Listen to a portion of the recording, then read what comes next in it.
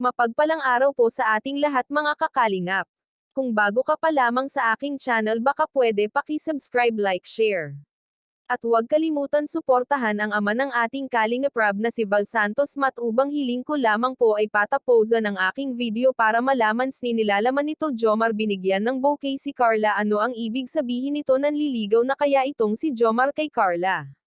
Ito po ang aalamin natin mga kakalingap dahil napaka-like ang revelasyon nito.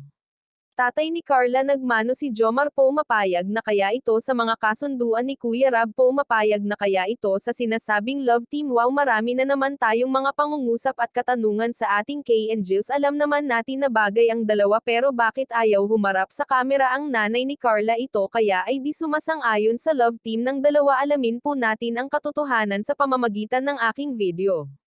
Sana po ay pumayag na ang magulang ni Carla ano mga kakalingap para magbalik ang saya at kilig ng karamihan sa mga nanonood Jomar binigyan ng bukit. Si Carla na ang laman ang paborito nitong chocolate tulad ng Toblerone at iba pang mga chocolate at dilang chocolate may nakalakip pa itong regalo na nakalagay sa maliit na box Carla papayag din kaya sa sinasabi nilang love team Kuya Rab masaya sa pinagbago ng bahay ni Carla dahil may pintura na ito sa labas at maganda ang kinalabasan ng bahay nila Carla ang tanong ng karamihan may nahanap na kaya silang lupa para sa petatahwa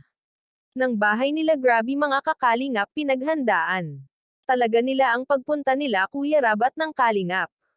Boys dahil ang sarap ng alimango at ang lalaki nito bagay na bagay talaga iparose sa puto ang alimango tatay ni Carla bakit nagpaliwanag kay Kuya Rab ano kaya ang pinag-usapan nila o baka naman tungkol na ito sa pabahay nila sa mga sponsor po ni Carla sana po wag kayo magsawang magbigay ng tulong sa kanila dahil deserve nila ang ganyang tulong lalo't mahirap ang hanap buhay ng tatay niya dahil isa amang itong mangingisda di natin alam sa laot kung masama ang panahon at baka mangyari ang di natin inaasahan pwede rin mangyari na baka walang panguha ang isda uuwi na walang pang-ulam sila kaya di talaga natin sigurado ang hanap buhay ng tatay ni Carla paswertehan na lang talaga.